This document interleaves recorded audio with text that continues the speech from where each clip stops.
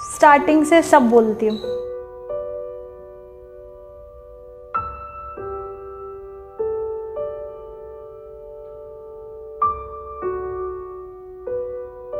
हाँ, तो पापा मेरे डेसू में वर्क करते थे। तब तक मेरी दीदी और भैया लोग, मतलब मेरा भाई तब हुआ था जस्ट। तो एकदम से मकान मालिक ने आके बोल दिया कि अगले महीने से आप, शायद से कुछ बच्चों का हो गया था सीन खेलने मिलने वाला, तो उन्होंने बोल दिया कि नेक्स्ट मंथ से आप दूसरा घर देख लो, नहीं करना। तो फिर मम्मी ने कहा कि आप देखो जैसे भी होता है, बट अब अपना ही घर लेंगे।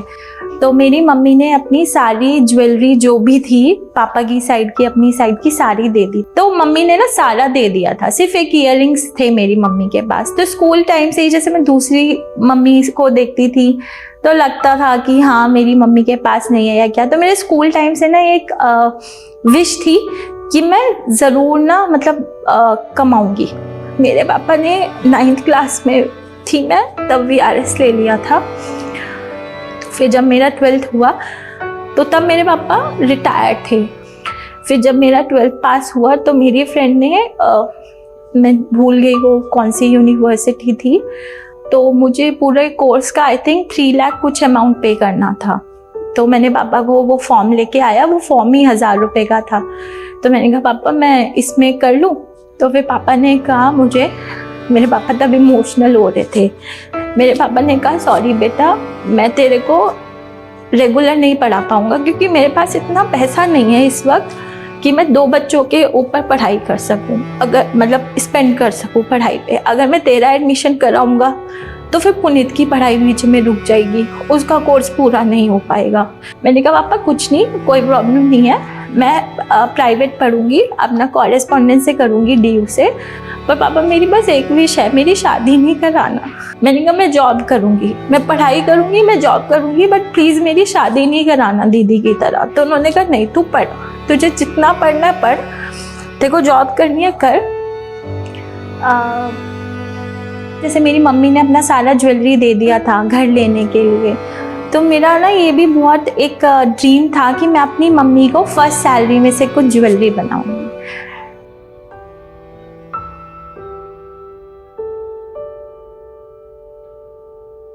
तो मेरी जर्नी जो बेसिकली आई एंटर्ड, मतलब मैं आया था गाजियाबाद में, तो मैं 2007 में या 6 के एंड में आया था।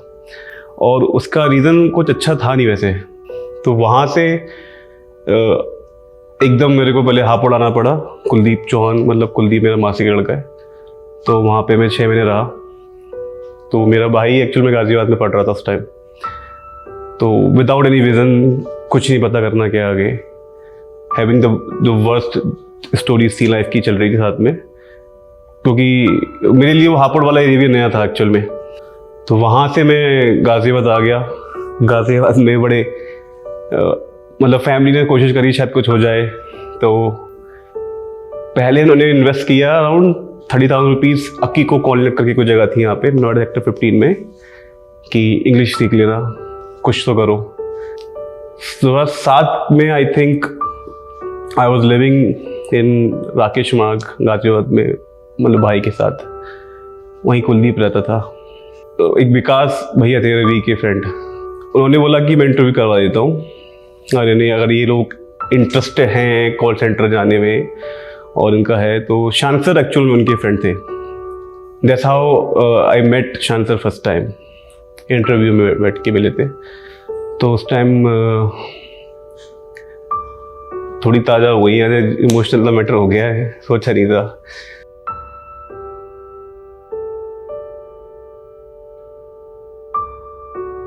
टू 2003-2004 के आसपास का है। हाँ, मतलब मेरे पापा काफ़ी अच्छा कर रहे थे उस टाइम पे, लेकिन एकदम जैसे डाउनफॉल आया मेरे पापा का, मैंने तब 12th करी थी। तो मेरा ये था कि पहले मैं होटल मैनेजमेंट करना चाह रहा था वो टाइम पे। मेरे पापा का अच्छा था, मेरे को ये सब कुछ आगे नहीं यार, सब कुछ है, पैसा है पापा के पास, कर सकते हैं सारी चीज़ें। लेकिन एकदम पापा को बिजनेस में बहुत ज़्यादा लॉस हुआ, बहुत ज़्यादा लॉस हुआ। तो उस टाइम ये भी नहीं था कि मैं जाके एडमिशन वगैरह ले लूँ खुद से। फाइनेंशियली बहुत सारी चीज़ें खराब हो गई थी। पापा को गई जॉब भी नहीं मिल पा रही थी उस बीच में।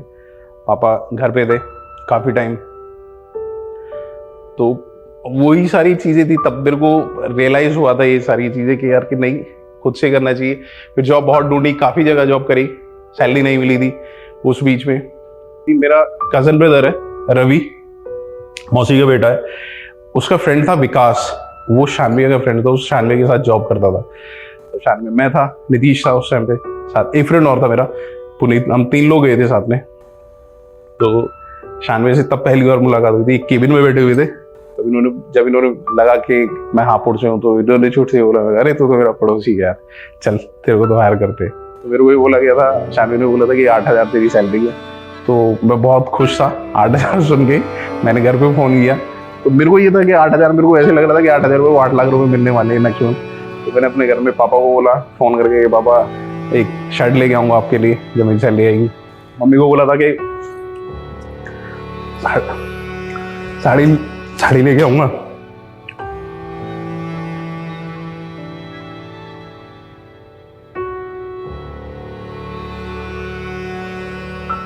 I belong to a village, a family of a farmer. जहाँ मैं आज हूँ, ये दुनिया बहुत अलग थी मेरे लिए। काफ़ी स्ट्रगलिंग टाइम मैंने देखा है। It's been very difficult for me to see myself or my family, my parents especially, in that situation throughout of my life. जब आप एक लोकल टाउन या एक विलेज में होते हैं, तो आपकी एजुकेशन का लेवल क्या हो सकता है? एजुकेशन बहुत अच्छी चीज़ होती है, एक अच्छा लेवल होता है। हम एजुकेशन के बेसिस पे बहुत ऊंचाई तक जा सकते हैं अपनी लाइफ में। बट अगर ग्राउंड इतना क्लियर ना हो तो स्ट्रगल तो होना निश्चित है। मेरी एक अच्छी एक चाह थी, मैं ऑलवेज चाहता था कि मैं कॉरपोरेट में काम करूं, उन ऑफिसेस में काम करूं जो मैंने शायद वीडियोज़ या टीवीज़ पे कहीं देखे होंगे, क्योंकि मुझे वो मेरे माइंड में था कि मुझे इस तरह का जॉब लेवल चाहिए। बट अगर आपके पास उस लेवल का एजुकेशन है, you have to go through that struggle. But again, एक ऐसी फैमिली से आता हूँ जहाँ पे स्ट्रगल शायद मेरे लिए बहुत ईजी है।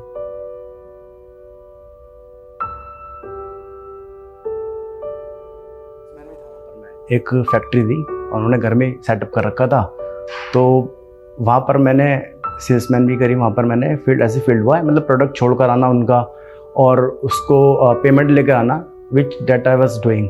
क्या होता है, आफ्टर 12 यू आर कंफ्यूज कि व्हाट टू डू। आपको नहीं पता आपको क्या करना है, मतलब मोस्टली लोगों के साथ ऐसे ही होता है, कंफ्यूज होते हैं क्या करना है।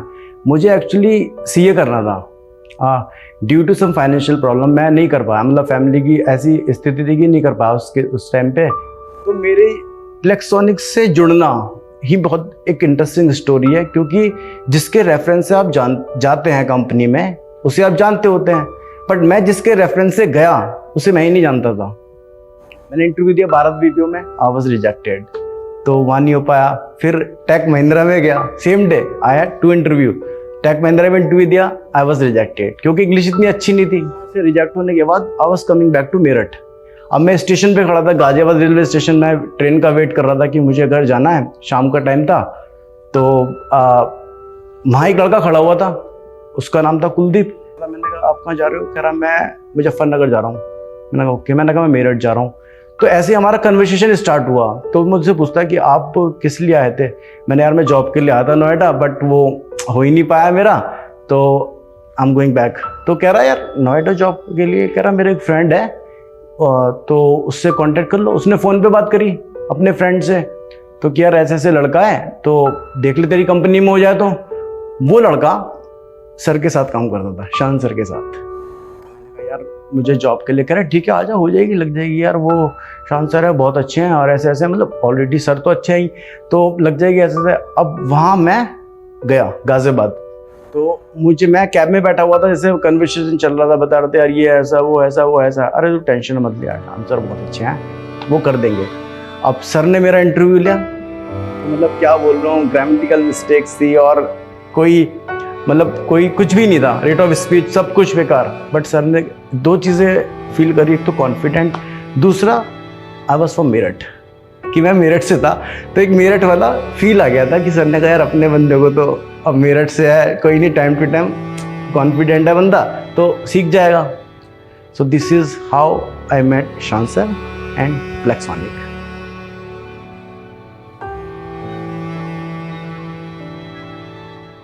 मेरा एक गांव है छोटा सा, अब तो खैर बड़ा हो गया, छोटा नहीं कहेंगे। डिस्ट्रिक्ट मुजफ्फरनगर में आता है। जब हमने स्टार्ट करा उस टाइम कंडीशन फाइनेंशियली मैं कहूँगा कि वो बहुत अच्छी नहीं थी। कहीं ना कहीं थोड़ा सा ये था कि औरों को देखते थे कि भाई अच्छे स्कूल में जा रहे हैं, सरकारी स्कूल में आपको पता ही है सभी को कि बहुत नॉमिनल से खर्चे होते हैं। बट उसमें भी क्या होता था कभी कभी के वो भी डिले हो जाती थी। तो 9th और 10th करी मैंने, वो पढ़ाई फॉर सम रीज़न रोकनी पड़ी, क्योंकि ये आई थिंक सभी के साथ में है कि जब कोई चीज़ आप परेशानी में हो तो दूसरे भी, क्या अपने भी और दूसरे भी साथ छोड़ने लगते हैं। बट घर वालों ने बोला भाई करना है कुछ, स्कूलिंग तो आपकी हो नहीं पाने की। तो खैर मैंने फिर, उन्होंने बोला कि भाई आपने सुना होगा नाम, शायद नहीं सुना होगा, मुझे नहीं पता, बट जुगाड़ नाम से एक चीज़ आती थी।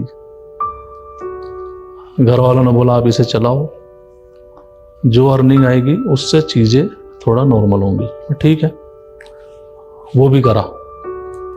किसी ने सजेस्ट करा हमें कि भाई आप अपना शुगर केन का जो प्लांट है, गुड़ वाला जो प्लांट है, आप रुहासा में लगाओ। सर के जो पापा हैं उनसे हमारी मुलाकात हुई, पापा की, मेरे पापा की उनसे मुलाकात हुई। तो वहाँ से चीज़ें स्टार्ट हुई। और आप ये कहें कि भाई थोड़ा सा परेशानी का दौर ख़त्म हुआ। पापा को ये था कि भाई मैं तुझे अपने साथ तो नहीं रखूँगा। तो उन्होंने किसी से सुना तो उन्होंने अपना कि भाई तू कंप्यूटर में थोड़ा सा अपना टाइम दे रहा है। खैर मैंने वो करा, वो सीख भी लिया। सीखने के बाद मैं जॉब कहाँ जाए लेने, मेरठ में आके ऐसे ही इंटर्नशिप करी किसी शॉप पे। पहली मेरी वो जॉब थी जब मैंने स्टार्ट करी। वहाँ मुझे 2004 की बात है, मैंने 1500 रुपीज़ पर मंथ मुझे एज ए, आप ये बोल लो सैलरी कह लो उसे, या वो कुछ भी कह सकते हैं, वो 1500 रुपीज़ मुझे महीने के मिलते थे। उसमें मुझे अपना पूरा महीना करना है कैसे भी एडजस्ट।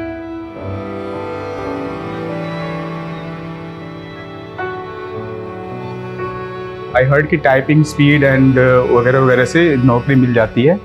सो आफ्टर 12th मैंने जॉब सर्चिंग के लिए प्रिपरेशन शुरू कर दिया था। वाराणसी में देयर वाज सम एजेंसी कीको, उस टाइम पे था, अब तो मिलता भी नहीं है सर्च करने पे नेट वगैरह पे।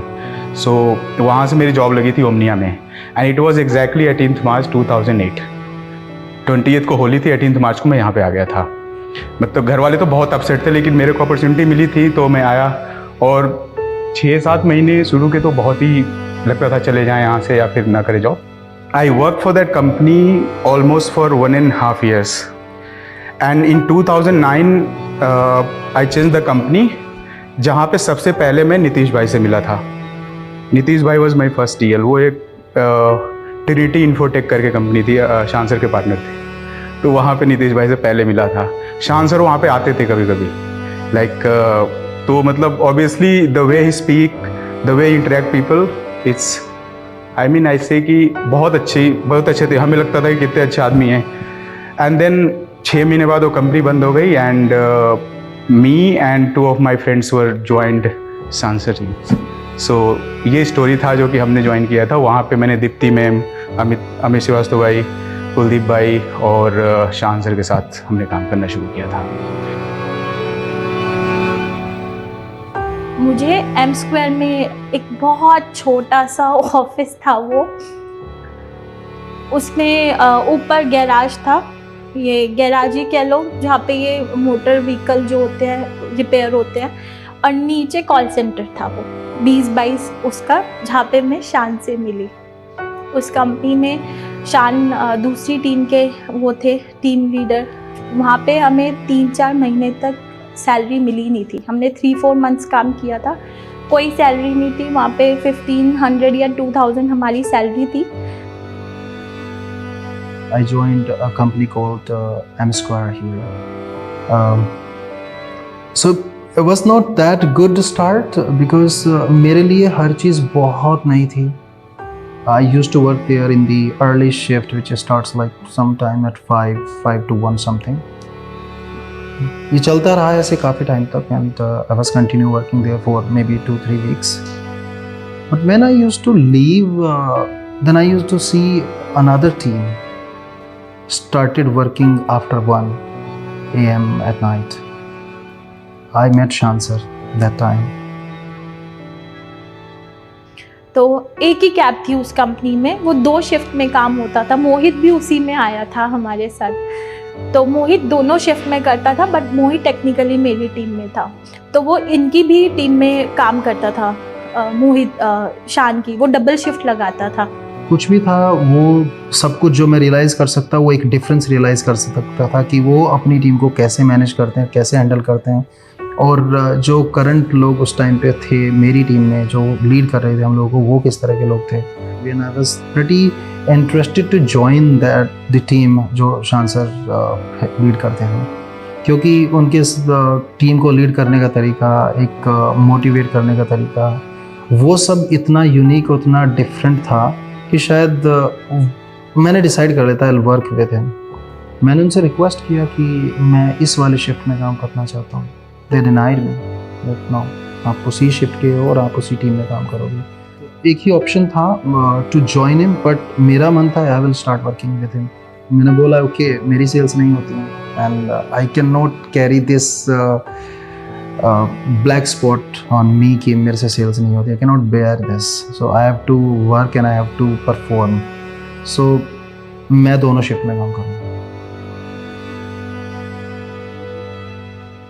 करते करते वहाँ से हमारी जर्नी शुरू हुई, बहुत बकवास। फिर कितना आई थिंक 6 मंथ्स बाद हमें एक कंपनी मिली, चैनल 1। वहाँ पे हमें जाके, वहाँ मेरी फर्स्ट सैलरी आई थी 10,000 रुपीज़। और वहाँ पे फिर तब उस पैसे से मैंने अपने ड्रीम्स किए जो मेरे छोटे छोटे थे। मैंने अपने पापा को कपड़े दिलाए, अपने भाई को, मम्मी को अपनी गोल्ड रिंग दिलाई। और फिर तब मुझे वो मेरा फ़ोन मिला 1100। तब तक मैं नाइट शिफ्ट करती थी, बट मेरे पास कोई फ़ोन भी नहीं था। तो फिर शान की अपनी इंडस्ट्री में हमेशा से बहुत वो रही है डिमांड। तो इनको ये गाज़ियाबाद राजनगर में वॉइस कॉल सेंटर था तब। तो वहाँ पे उन्होंने बोला कि तू आ जा, तू 2 महीने की सैलरी मुझसे एडवांस में ले ले, पर तू आ जा। तो तब फिर ये चैनल 1 छोड़ के चले गए थे। उन्होंने कहा मैं कुछ टाइम में तुम्हें भी अपना वहीं बुला लूँगा। कि वॉइस में फिर हमें नीतीश मिला, नीतीश और कुलदीप वॉइस में ही आए थे। तो कुलदीप का इंटरव्यू क्लियर हो चुका था। शान से मुझे अभी भी याद है, उन्होंने he was very calm and I was too nervous that. तो मेरे लिए वो इंटरव्यू बस हो गया और हम घर आ गए। मुझे नहीं पता क्या करना है, लेकिन मेरे कुछ करना है। और मेरे को बस एक ही लग रहा था कि समहाउ कुलदीप मेरी हेल्प करते इस एंट्री कराने में। मैंने कॉइन चलते थे उस टाइम पीसीओ में, आपको याद हो तो कॉइन डाल के बात करते थे। शायद सर उस टाइम टीएल थे कुलदीप के। I was calling him almost twice और thrice in a week. Voice था ऐसी बेसमेंट में था, तो आप स्टेयर्स से उतरेंगे तो राइट में उनकी छोटा सा कैबिन था शायद, जहाँ तक मुझे याद है। वहाँ बैठा था मैं, 20 मिनट वेट की ठंड में। और फिर सर ने बोला तुम्हें को काम करना है। मैंने कहा हाँ सर। कुछ सेल्स ही तो ऑफिस बंद हो गया था, तो तब सैलरी आई थी मेरी। तो एंड ऑफ द मंथ जो मेरी सैलरी आई वो आई मेरे को 725 रुपये मेरे को चेक मिला था 725 का। मैं काफ़ी रो रहा था उस टाइम, क्योंकि पापा वो बहुत कुछ बोल चुका था घर पे कि ऐसे ऐसे है, पैसा आएगा, बहुत मज़े करेंगे। काफ़ी परेशान था। तो शान भी आए थे। शान में बोला कि क्या हुआ, मैंने बताया कि शान भी तो 700 रुपये आए कुछ। तो उन्होंने बोला कि चल कोई परेशान मत हो। तो फिर उन्होंने अपनी मेरे को बाइक पे बिठाया था। और राजनगर में मार्केट है सेक्टर 10 की, वहाँ पे बैठा हुआ था उनके साथ, लेके गए मेरे को। उन्होंने ऑर्डर किया लेकिन एक चीज़ उन्होंने वहाँ पे उस दिन ऐसी करी थी ना कि मैं वो चीज़ अपनी लाइफ में कभी नहीं भूल सकता। आज भी याद है मेरे को। मैं बात करते करते उसी दिन शानवे की भी सैलरी मिली थी। तब शानवे ने अपनी सैलरी से मेरे को 5,000 रुपये मेरे को निकाल के दिए थे कि तूने मेहनत करी है, ये है तेरी सेल्स नहीं हुई थी लेकिन मैं तेरे को दे रहा हूँ। मैं वो चीज़ मतलब शब्दों में बता नहीं सकता कि मेरे को कैसा फील हुआ था जब उन्होंने मेरे को वो पैसे दिए थे।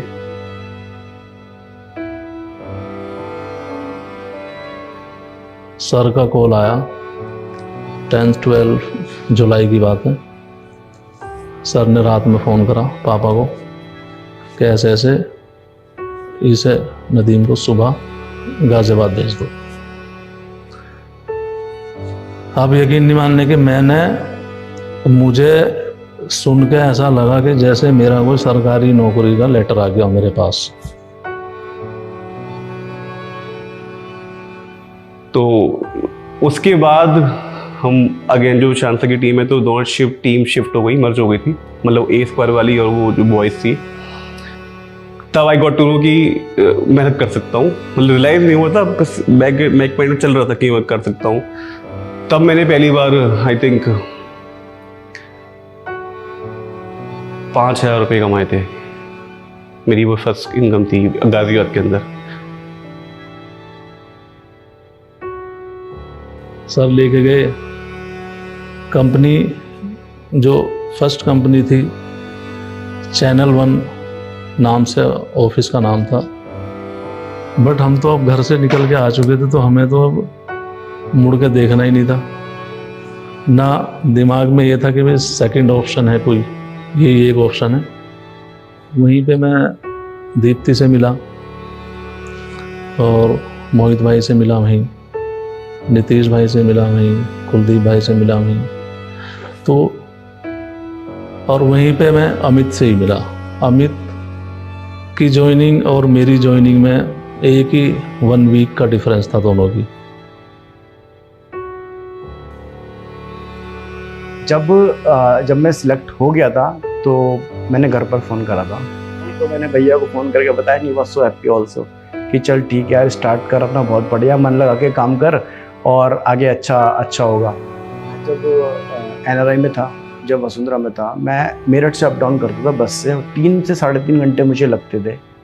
8 से 5 की हमारी शिफ्ट हुआ करती थी। मैं घर से 5 बजे निकलता था, 4:30 पौने 5 बजे घर से बस अड्डे में सीधा 3-3.5 घंटे में मैं आता था ऑफिस। वहाँ से मेरा जो परेशानी वाला दौर था थोड़ा सा कम हुआ, क्योंकि मैं गांव की परेशानी से हट के यहाँ आ गया। अब आगे का ये नहीं पता था कि अब उससे भी ज़्यादा वाली आने वाली है।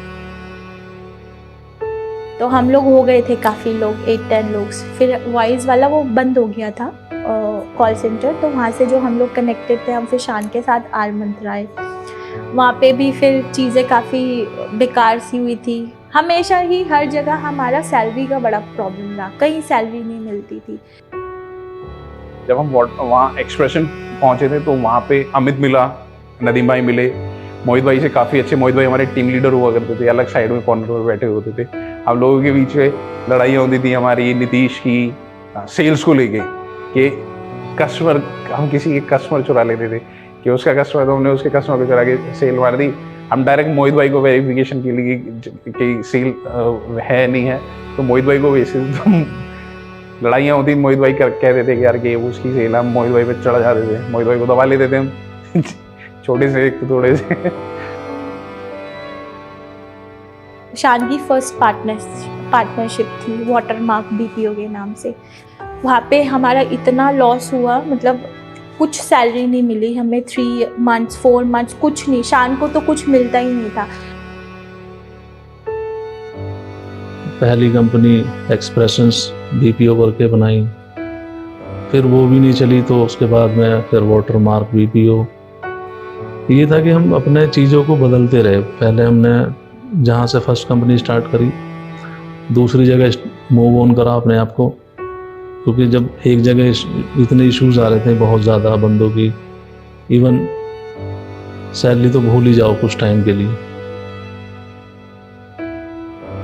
मतलब पहले पर्ची मिलते थे, मतलब लिस्ट डेटा, नाम, नंबर, और जैसे इसमें आपने if you see Pursuit of Happiness, जिसमें वो विल स्मिथ कॉल करते थे, actually we lived that moment. तो अपने 200-300 नंबर डायल करते थे दिन भर में बैठ के। वहाँ से देन ही started his journey again. Shaan sir expressions video, expressions ऐसे कुछ नाम था, एक्सप्रेशन लास्ट नेम हो गया। फिर हम इधर NRI सॉल्यूशंस करके थे, कंपनी थी, वहाँ पे हम आए। वहीं पे उनका रेंटेड उन्होंने सीट ली हुई थी, भूतिया बिल्डिंग जिसे हम बोलेंगे। तो उसमें पूरी रात को 12-1 बजे लाइट चली जाती थी, जनरेटर भी नहीं चलता था, पता नहीं उसमें क्या था। और उस टाइम पे अंधेरे में हम लोग जितना हमारा UPS से कंप्यूटर चलता था उतना कॉलिंग करते थे और बाकी बैठे रहते थे। कई बार ऐसा हुआ कि हमें कैब नहीं है हमारे पास, और सर और मैं और जितने हमारी टीम के हैं 3-4-5 नोएडा से प्रताप विहार पैदल घर गए मॉर्निंग में। हमारे पास इतने भी पैसे नहीं होते थे कि हम ऑटो को अफोर्ड करके और घर तक चले जाएं। 11 में NRI में उन्होंने एक अगेन वर्स फेस देखा था। दिवाली में सब लोग खड़े थे, हम भी खड़े थे, जिनका वो ऑफिस था वो अपनी टीम को गिफ्ट दे रहे थे और हम उनको देख रहे थे। तो वो शानो सर क्राइंग छत पे जाके कि वो अपनी टीम के लिए कुछ कर नहीं पा रहे। उससे पहले हमें दिवाली पे सबके गिफ्ट्स बंटते थे, हम मुंह देखते रहते थे और शान बैठ के ऊपर रोते रहते थे, क्योंकि ऑल इन ऑल हम थे तो शान की टीम, और जहाँ शान गए हम उन्हीं के पीछे पीछे गए थे। इसीलिए शान के लिए दिवाली हमेशा स्पेशल रहती है। उनको ये रहता है कि मेरे से जितना हो सके ना मैं उतना दूँ, कभी मतलब वो वाली दिवाली नहीं देखना चाहेंगे। यहाँ से वहाँ, इधर से उधर बहुत कुछ चेंजेस आए। And at some point of time एक सिचुएशन आया जब शायद मुझे कुछ टाइम के लिए इस ग्रुप से अलग होना पड़ा। I lost my father.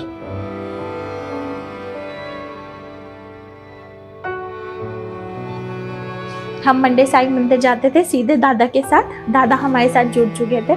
दादा के साथ हम साई मंदिर जाते थे, वहाँ साई बाबा के माथा टेक के फिर हम अपना काम करते थे। और सैटरडे हमारा लॉगिन होता था, तो एवरी सैटरडे शान हमें बाहर खाना खिलाने लेके जाते थे। मतलब बहुत अच्छा था, मतलब हालांकि वो ये दिन भी अच्छे हैं पर वो भी बहुत अच्छे थे, मतलब उस हिसाब से बहुत मतलब बढ़िया टाइम था हमारा। 2011 में हम लोग ऋषिकेश गए थे सबसे पहले। ऋषिकेश, औली, वो ट्रिप बहुत अच्छी थी, बहुत मेमोरीज हैं। रिवर राफ्टिंग वगैरह हम लोगों ने वहाँ पे करी थी। फिर औली पहुँचे, हमको ये था कि कभी लाइफ में बर्फ़ वगैरह नहीं देखी थी। बैठ के डेली सिस्टम पे देखते थे कि यार कि औली में टेम्परेचर कितना है, कितना वहाँ हम जा रहे हैं दिसंबर एंड में, तो हमें वहाँ बर्फ़ मिलेगी नहीं मिलेगी। जेनेक्सिस हुआ था 2011 में, तो हमने बहुत कुछ देख लिया था तब तक ना। कुछ हम पुराने लोग थे तब वहाँ पे उन लोगों ने HR को ये होता था कि इनको चाय नहीं देनी है, ये नहीं करना है। हमें जेनेक्सिस में चाय भी देने के लिए मना कर दिया गया था कि हमें टी ब्रेक पे टी भी नहीं मिलेगी, इतना प्रॉब्लम था। और ये था कि शान की team. Then he decided to quit, कि तुम ईमेल भेजोगे। हमारे पास मैसेज आया था, कॉल आई थी कि तुम रिजाइन का मेल कर देना। हमने 5 बजे 7 उन्हें ऑटोनिक साथ कर दिया था। I know the whole situation कि हाउ शान सर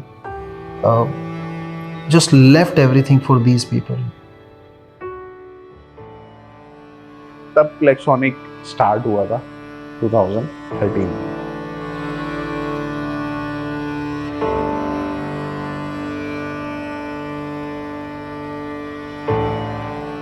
वहाँ हम 7 बंदे लॉगिन करते थे बैठ के। अमेजिंग 7, वो तो अमेजिंग 7, पैथेटिक 7 ये हमारे नाम चले आ रहे हैं उसी टाइम से।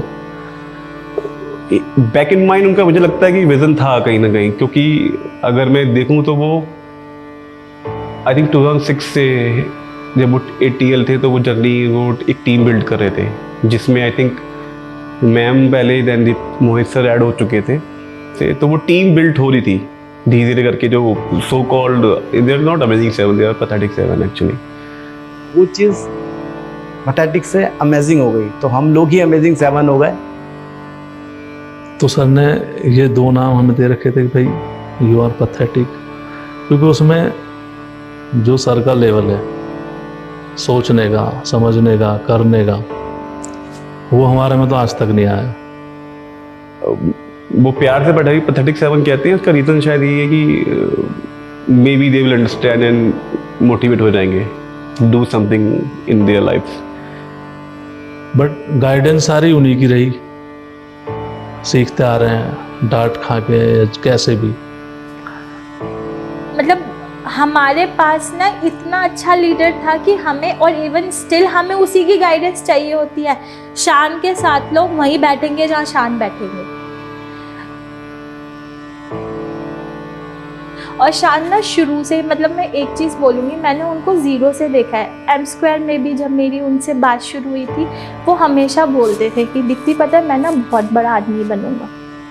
हम लोग काम करते रहे, बट यू नो जो आज है वो रिजल्ट है उस स्ट्रगल का, जिसको शायद हर किसी ने नहीं देखा है। उसके कुछ एक ही लोग विटनेस होते हैं। तो जो आज बहुत सही चल रहा है ना, उसको वो इसलिए बहुत सही चल रहा है क्योंकि उसे कोई चला रहा है। एक होता है ना आदमी जिसके लिए हम रिस्पेक्ट रखते हैं माइंड में, अपने हार्ट में, कि हाँ ये बंदा कुछ है, वो वाला। I think this is all I need from a company. आप किसी भी 150 बंदे को कंपनी में जाके काम करोगे ना, वहाँ पे कोई किसी को नहीं जानता कि कौन क्या कर रहा है, कौन। आप अपना जॉब करो और जाओ।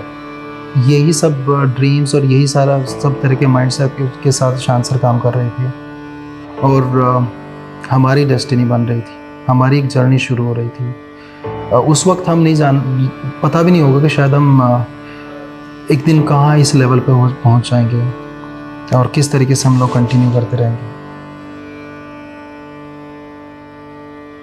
I have seen worst times of my life with these people, and they stood by me even when they didn't get paid for like 3-4 months, and that was the time when I needed the support of these people most. Like I have been knocked down several times, and I think सबसे important ये होता है कि जब when life knocks you down, you very clearly identify the people who are with you and who aren't with you. बहुत clear distinction एक देखने को मिल जाता है कि कौन तुम्हारे साथ है और कौन तुम्हारे साथ नहीं है, क्योंकि उसी टाइम पे as a human you are able to process who is with me, who is not with me. If your life is normal you will never be able to evaluate. तब शान का भी वही वाला आया कि अब हमें बारबरी नहीं जाना है रेंटेड स्पेस पे, अब हम अपना ही लेंगे। और वो इनका मतलब कहना था और सबसे करवाना था और सबका करना था। I think with in 3 months हम लोग अपनी 3 months से भी शायद से कम ही टाइम होगा, हम अपनी बिल्डिंग में आ गए थे। ये हमारा अपना था। मतलब कहते हैं ना, तो बहुत खुशी की बात है कि इतना स्ट्रगल करने के बाद आप अपना कर लो तो सारी जो प्रॉब्लम्स इधर उधर थी वो सारी गायब हो जाती हैं, तो एक अलग ही खुशी होती है. When you start working for people and when you have that sense of responsibility and you understand that through what you do you're able to affect the lives of these people who are working with you and further the lives of their families, and if your values are right in place, I think you get that motivation automatically that you have to do something for these people. बहुत मेहनत करी है नीचे. जब पापा को बोला था कि पापा शर्ट दूंगा, उस टाइम पे नहीं दे पाया था. मैंने कभी किसी को बोला नहीं है ये चीज़, लेकिन मेरे को अंदर है. मैं अपने पापा से मतलब बहुत बहुत ज़्यादा प्यार करता हूँ। कभी बोल नहीं पाया अपने पापा को। मेरी मम्मी बहुत टाइम से पापा से कहती थी कि मेरे को अपने घर में जाना। पापा का समय अच्छा नहीं हो पाई थी चीज़ें उस टाइम पे। घर बन रहा है मेरा, जिस आपने बोला कि उस 8,000 से अब तक के मेरा घर, और ऑल थैंक्स टू शांतिया कि उनकी वजह से मेरा भी अपनी मम्मी का ये सपना है पूरा कर पा रहा हूँ। ऑल ऑफ सडन 2014 में मेरी मदर एक्सपायर हुई। बट वो लाइफ का मेरा इतना बुरा वक्त कह लूँ मैं कि मेरी चीज़ें ऑफिशियली ठीक चल रही हैं और ऑल ऑफ सडन मेरे साथ में ये हुआ कि मम्मी ने मेरे हाथ में दम तोड़ा उन्होंने।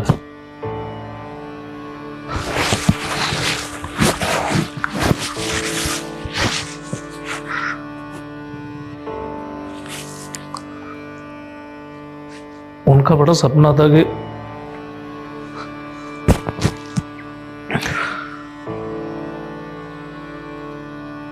मैं अपने बेटे को देखूं कि भाई गाड़ी हो मेरे बेटे के पास, अच्छी कमाई हो, जो परेशानी हम देख रहे हैं वो ना देख पाए।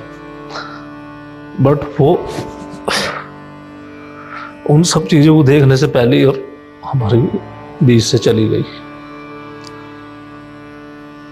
शायद पता नहीं क्या लाइफ होती मेरी,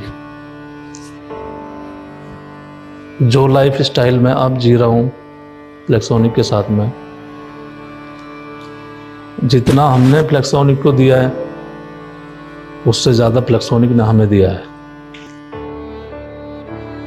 हम पैथेटिक को अमेजिंग शान नहीं बनाया है। Them being treated differently by an outsider, that hurt me the most. That was the day I had realized that having a partner in this company was a wrong decision and it's not going to work out like the way I want to. So that's when I started Plexonic. It was started as a family. It was started as to call a company of my own and to work together in a family in that fun environment where we love each other. Just एक 100+ लोगों की company, running company को छोड़ देना, सब कुछ वहाँ लगा हुआ छोड़ के और सिर्फ अपने लोगों को साथ लेके आ जाना is something what made you, कि आप सोच भी नहीं कर सकते कभी, ड्रीम भी नहीं कर सकते कभी कि आपको कभी ज़िंदगी में वापस पीछे देखना होगा या आप अलग होने की सोच भी सकते हैं। बस वही सब वैल्यूज़ हैं जो शायद हमें साथ जोड़े रखती हैं, क्योंकि ऐसे पता नहीं कितने सारे एग्जाम्पल्स हैं जो आज इस बॉन्ड का रीज़न है। जो मैंने इस इंसान को मतलब परखा है, जो मेरा जजमेंट है, ये इंसान पैसे का नहीं है, ये इंसान ना मतलब लोगों का है, इसको लोग कमाने हैं। तो अगर आप मोतियों को प्रोगे तो धागा जो है वो शांसर है, उसमें मोती डालते चले गए लोग, उसमें कुछ लोग मोती टूट के गिर गए, कुछ लोग खनकते हैं, भिड़ते हैं, लेकिन साथ में आज भी। तो रीज़न सिंपल, सबका सेंटर ऑफ अट्रैक्शन एक ही है। So people are the most valuable assets for him. This is what I believe and this is how the company has grown so far. एक ही है, यही है, सब यही होगा, सही यहीं पे ही सही होगा, वरना कहीं नहीं जाना या सीधे घर जाना बस।